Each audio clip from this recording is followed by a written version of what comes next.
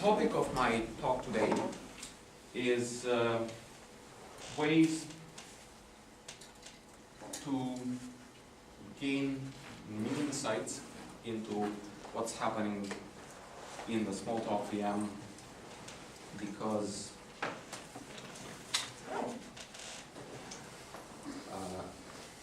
new insight fundamentally comes from new tools of observation. We need new scopes. We new, really interesting insights into nature came with the advent of the microscope, the telescope, and so on. We need new scopes because the fundamental design of the Smalltalk VM in the past, significant number of years has been stable, and we have some new challenges that prevent us at this point from understanding if we're trying to fix a bug or develop a new feature, or just looking into the future, what can we fundamentally, how can we fundamentally progress. There are new classes of complexity that are getting in the way, and we basically cannot understand what's going on. So let's look at what kinds of these complexities are there. And basically there's two kinds. One is the complexity of the VM workload itself, and the other one is the complexity of the target that we're trying to develop for. The first one of them is, let's say, a typical modern VM bug, as opposed to a bug I would like to be working on back in the 90s. And now it's a lot more complex because, it could be a timing bug, which is caused by a race condition due to parallelism. And then with my tools, classical debuggers, basically it is very, very hard or impossible to debug that sort of bugs. And the other one, let's say, today's compilers, and I need to use a C compiler for at least parts of my VM, and then your libraries that you link to through FFI, they probably are compiled through GCC, and these compilers today, they place aggressive optimizations, and what happens is that now if you introduce a bug such as, let's say, an AVI violation, the consequences are much worse than what it would be, say, 20 years ago. But the problem is, let's say you're using GDB, which is a symbolic debugger, to look at such a bug, and then GDB is itself completely confused because, your C code, maybe the application in the C in the C program is doing something wrong. But at least the assembly code that's produced from that application, GCC is presuming that that's okay. But because we're not C, it's completely impossible to rely on these debugging techniques to gain any understanding into what's going on. And this class of problems is happening more and more frequently. Say 15 years ago it would be an exception, and now it's really like you're dealing with this sort of problems every day. That every bug that you get is one of those impossible to do with classical debugging tools kind of problems. So overall, it's very hard or impossible to observe what's going on in the VM with tools or approaches to debugging stemming from the uniprocessor era.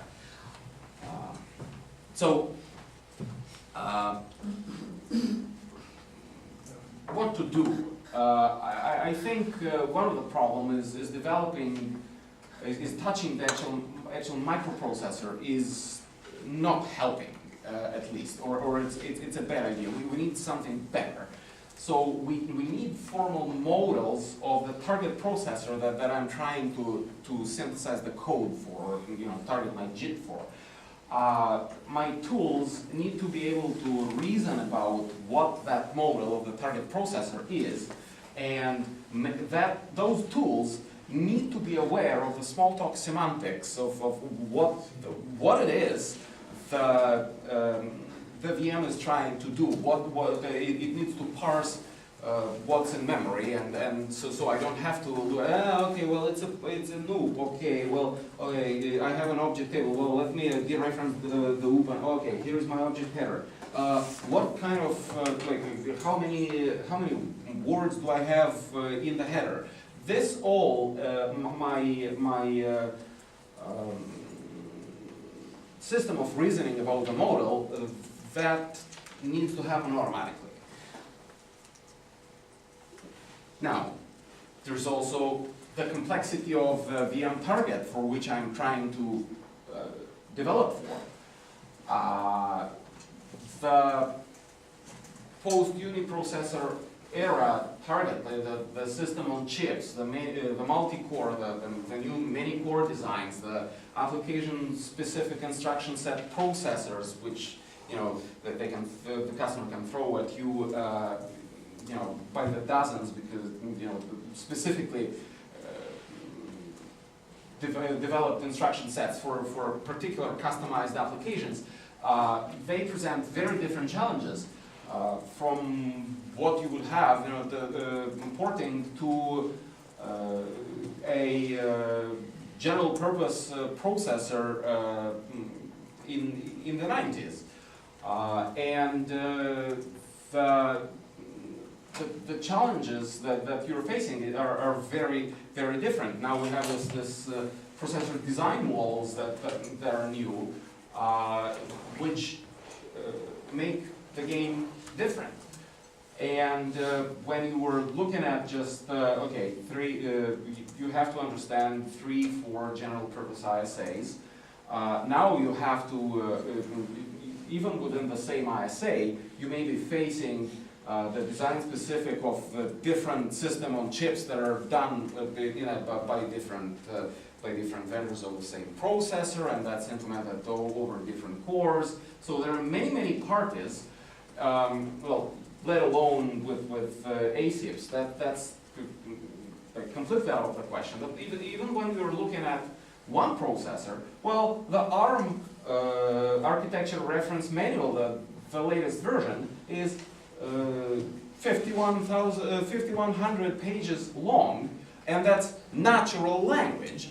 And why I am placing stress on natural language is that natural language of those specifications, they tend to be written sort of prophetically, that if you don't understand it, then reading does not really help. It's like, in that spec, you're reading the spec and trying to understand what it says and implement the VM accordingly. And then it says there, okay, well, in this situation, there's a rake.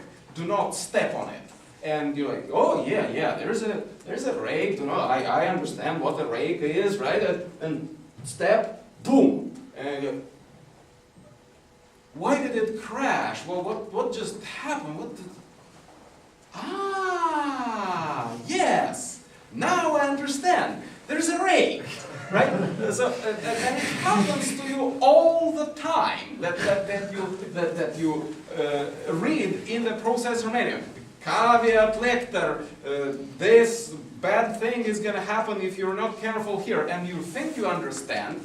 You completely do not understand what the author is, what the author of the spec is talking about. Your code crashes 6 months later in production, and you try to debug it. Okay, I remember reading about it, but I did not understand it. And it's on every page. Now, there's even more parties involved in this process, because it's not just, okay, well, I'm Intel, and here's the processor, and I'm writing this manual. Here now, this manual is getting to the VM implementers or the compiler backend implementers' hands. he just tries to read that and uses it as, you know,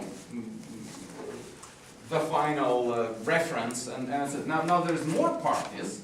There is the processor designers, there is maybe the core designers, like all kinds of different implementers of the processor itself, who might have misunderstood the spec because they're maybe not working for the same company, or, well, in general, they're not the same party who authored the spec. And now I am trying to read the same spec, and we understand it differently, and there is no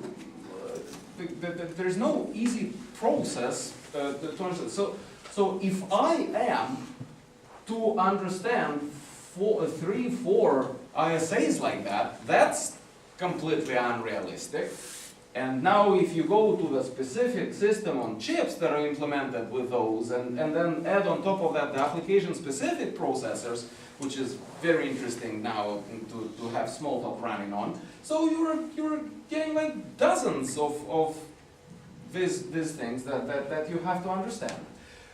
And it's the ISA is even only one part of it. So portability in a classical sense is pretty much impossible. So what to do? Well, one thing that I'm thinking about, and then this is the experiments that are interesting here, is start from a common processor description language. Processor description languages were invented by Zimmerman and Marvedel at the Key Observatory back in the 70s. What they do is it's a domain-specific language in which is described what structure the processor has, maybe which registers, what the data path looks like, what the operations looks like, what the instruction semantics are, what the instruction encodings are, and you take that and you use that for starting the synthesis of your actual processor, like the actual silicon. So you compile from there to the hardware description language, and that gets synthesized into the actual silicon. You can prototype using a similar process on an FPGA,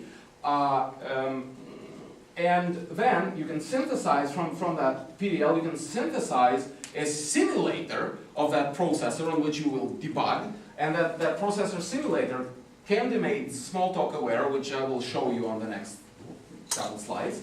And moreover, you can synthesize a compiler backend automatically from the processor description, or in this case, a Smalltalk chip. So how do you do that? Well, here's an experiment that I did. There's a number of PDLs to choose from, and there are certain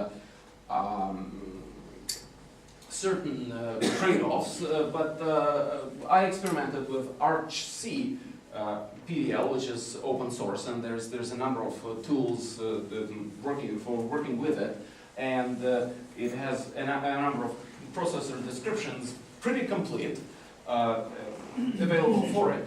So I take it into a Smalltalk image with tgen loaded in it. So I parse the description. It looks like this. So there's the ArchC processor description. So I fit it into tgen, and that gets compiled into what Kattels was in his work on synthesizing compilers from PDLs calls machine tables. So this is a machine table, and this process is once per processor. So I've got a machine table for Spark, a machine table for ARM, and so on. That machine table is basically it's a number of productions. On the left side of the production is abstract RTL, the effect that I want, and on the right side is the machine the machine instructions that will produce that wanted effect. So that's that's how I do the instruction selection. So this is running once, and this is not when this is not at the JIT runtime. The JIT runtime actually takes the MT and uses a ready-made MT. So when I do the actual JITting, here's the V code of the method. So that's normally it gets normal JIT process to get in this abstract RTL, some sort of abstract RTL.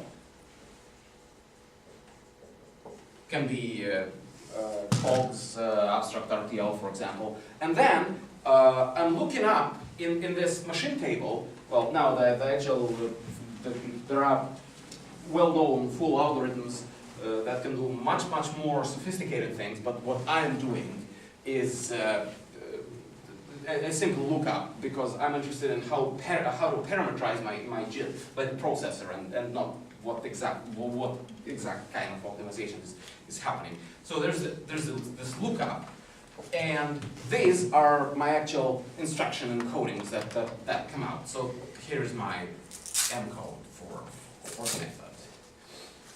And then I can run that encode. Well, I can either run it on a simulator. This is ArchC system that produces a simulator, and I can modify this to understand about Smalltalk, feed it there, and debug all of this, and that's happening without me looking at any of those ISA manuals or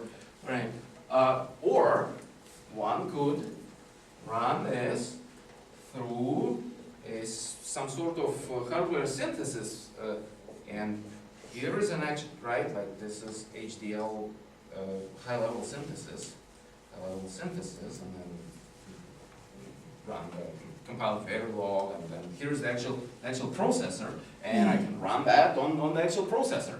I can design new processors with this, and not program anything about my JIT, other than the guy who's designing the processor just changing the processor description language.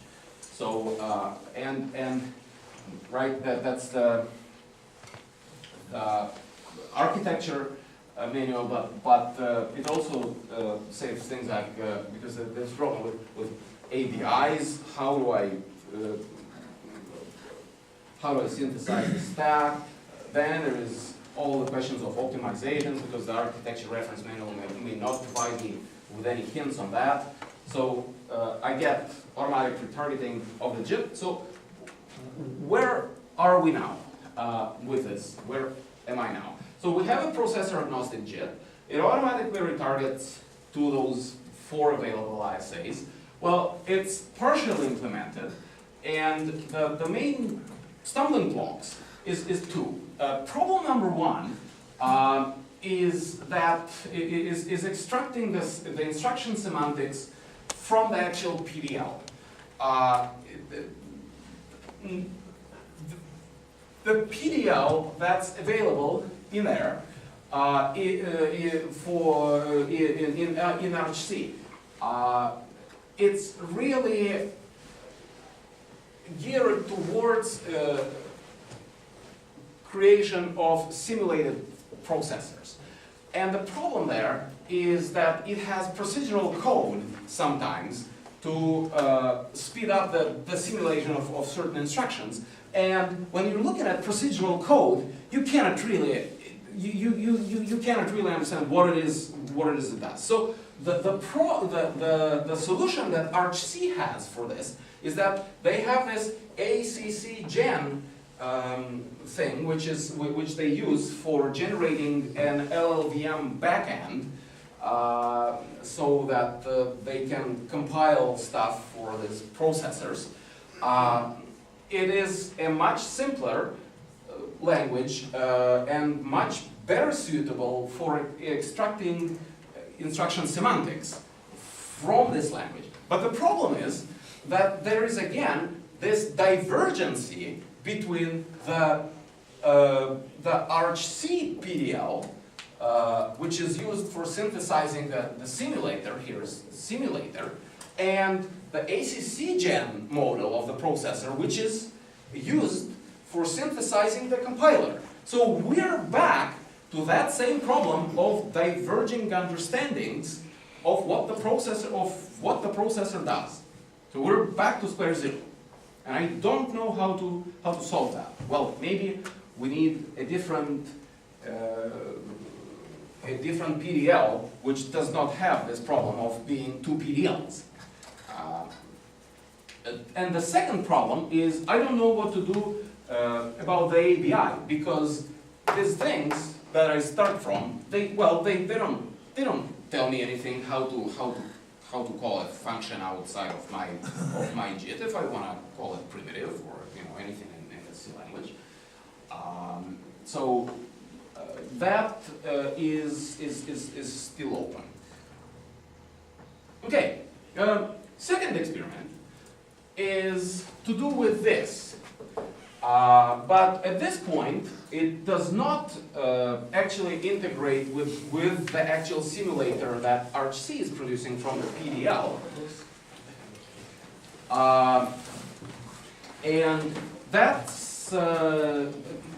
allows you new kinds of debugging insight into your things. You can model micro-architectural phenomena. One limitation there is that for simplicity I use the Python API of the full system simulator there, and that does not automatically reflect the VM data structures. So if you change your .h files that describe what your headers look like, well, your model that provides the Smalltalk awareness does not accordingly change. But if I were to use the actual C API and write my Smalltalk awareness module in C, that would be okay. And I'm going to skip the illustration. I was giving this illustration last year, and if somebody's interested in these details, I can certainly show them how to do all this. That's what the actual module code looks like, and it works. And the last experiment that I did was to actually experiment with instrumenting of the actual processor here. And the idea is that, well, there are a number of instrumentation interfaces, but they're closed, like the EJTAG from Linux and the EDM for ARM. But we take one which is open, and that's Spark. And the interesting part is that when we implement Open Spark on FPGA, well, basically, a lot of interesting parts of it, and what's critically important is that the whole memory interface from the integer execution unit to memory, that's implemented completely in software on a service processor. So you can take parts of, let's say, your VM header files and reuse that to, say, running probes, Smalltalk aware probes, into when the core tries to dereference a pointer to another object and say, oh, okay, well, if the object is of that particular class, increment some counter for statistics or something like that. So the CCX, if we're out of time, so if people are interested, I will draw the diagram and then see exactly where those probes are injected in the structure of, yeah, basically, yeah. The cache crossbar is written in C, so you can just modify it and do the same thing that you're doing in simulation here to become Smalltalk aware, but it's actually running on the actual FPGA fabric and can be very fast because of that. Any questions?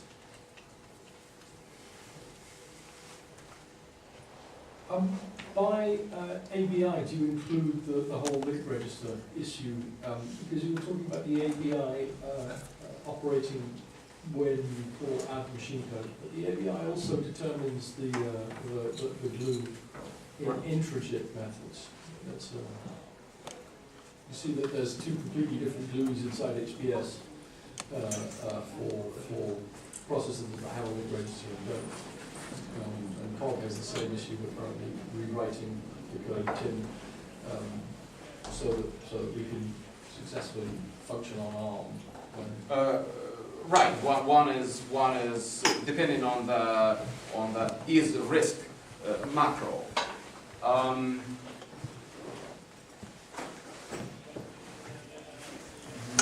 Why is this a separate concern? What?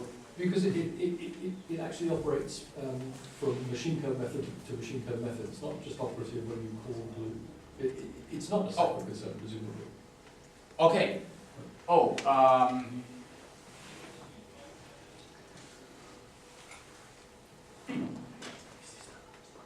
Just to clarify, do you mean You to go imply from JIT that you method would to have, another JIT method instead of C. so do you mean that you would have perhaps either variable or refine or a particular end-method-to-end method ABIs depending on what the target is, that kind of stuff? Yes, I mean basically, for example, take HBS, and it's almost exactly the same in Cog. When you build a frame in a frame building method,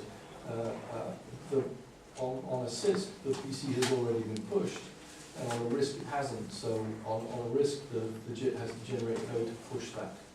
And then when you get through to the glue, and you want to present a consistent stack frame to the C code which is operating on it, then depending on how many levels you go through the glue code, Right. you either have to push the link register or no, you haven't, etc. And so it's more than just you're choosing different Yes. instructions. You're actually coming up with a different architecture of glue. Yes, The code yes, has to be different. yes. And that is what I meant when I was referring to the trade-off in how general you want to do. You want to make the PDL itself. You want to make it general, so you can include widely varying processors which do not look like each other on the one hand, but on the other hand, you wanna make it narrow enough to be able to parameterize the code emission with it at all, right? Because if it's too wide, it's basically on that extreme is like, yeah, well, a processor is something I don't know what it is, right? And then it's a whole just really like an abstract machine which can do anything. But okay, how do I extract instruction semantics or any formal information from such a processor description? So that it just comes to that trade-off, and I don't think it is even any specific to Smalltalk. If you're trying to synthesize a C compiler backend from a PDL, you are exactly at that same problem. Okay, we're